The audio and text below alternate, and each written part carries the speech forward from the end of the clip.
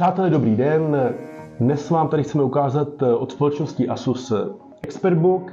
Tento notebook jsme na něj chtěli udělat recenzi, ale představte si, tady náš serverový architekt Karel Štambera, tak dokonce tenhle notebook si sám pořídil pro své vlastní užívání, a protože Karel je fakt náročný na svůj hardware, tak se chci zeptat Karla, proč si vlastně ten notebook vybral, kdy si ho pořídil a jaký s ním má zkušenosti. Takže Karle, já tě tady vítám u nás a ahoj. Kdy jsi si ten notebook pořídil? Já ho mám aktuálně nějakých skoro 2 roky už.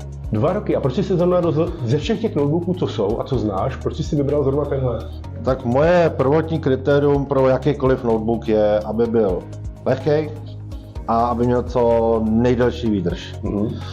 A shodou okolností právě Asus ExpertBook tady tohleto splňuje na 100% ve všech ohledech.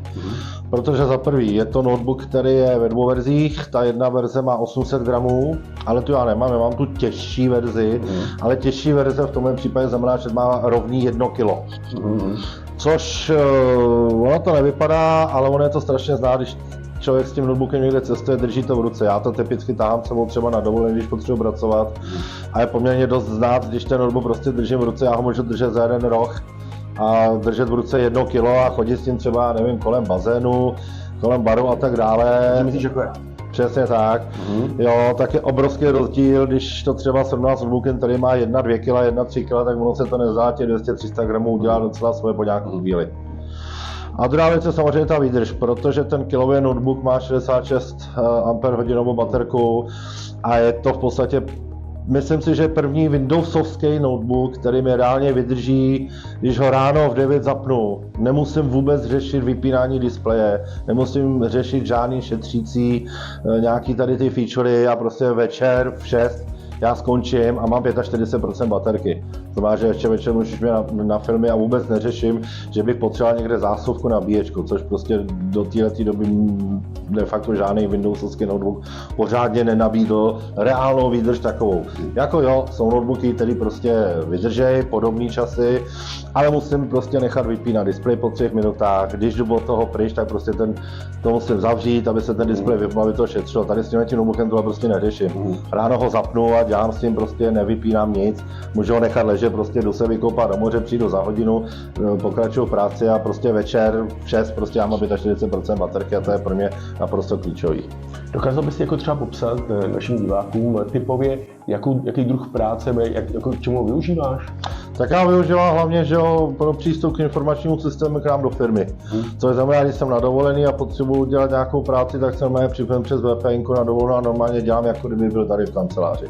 Ovšem s tím rozdílem, že místo abych se našel v kanceláři, tak třeba sedím na pláži u půlu nebo třeba v pralese a přes data prostě udělám to, co je potřeba znovu tu danou chvíli. Kromě teda té výdrže té baterky a té váhy, je ještě něco, co bys jako dokázal vypíchnout? Tak samozřejmě, co je příjemný, za první, tak třeba je to 14, ale fyzicky díky malým rámečkům je to 13-palcový notebook. Co je dobrý, jelikož je to biznesová řada, tak má samozřejmě fingerprint, to má zamykání na prst a co je třeba pro mě, jelikož pracuju a připojuju se do informačního systému Excel, tabulky, čísla, tak má tady tuhletu věc Number Pad, což znamená, já si tady takhle na touchpadu zapnu numerickou klávesnici. Doteď jsem musel tahat prostě USBčkou klávesnici, protože jako ano, můžu psát se shiftem, ale prostě není to tak pohodlný, jako když mám numerickou klávesnici a píšu na ní. Tady ten má přímo v tom touchpadu, takže já nemusím tahat další USB zařízení navíc a píšu prostě přímo tady na to a je to hrozně pohodlný. Ale když je takhle celý jako hladký, tak jako ty prsty tam jakoby najdou to tlačítko, nebo je to jako... Je to vysvícený, když se na to podíváš, tak vlastně vidíš, že tady ty čísla normálně svítí, že? Takže já prostě tady na ně takhle píšu, vidím. Jo, vidím, co tady je a píšu na tom. Super. Ještě něco ti napadá, nějaká další vytávka? Tak samozřejmě je to ultrabook, takže je to prostě uzoučký notebook, když se to zaklapne prostě, tak to má malou vešku, je to prostě malý, pěkný zařízení a vyrovná se to prostě Appleovským notebook a tam dále a říkám, díky tomu, že to je biznesové zaměření, má to veškerý konektory, má to zamykání na prst, tak pro mě osobně je lepší alternativa. No tak jo, tak díky moc. No není za co.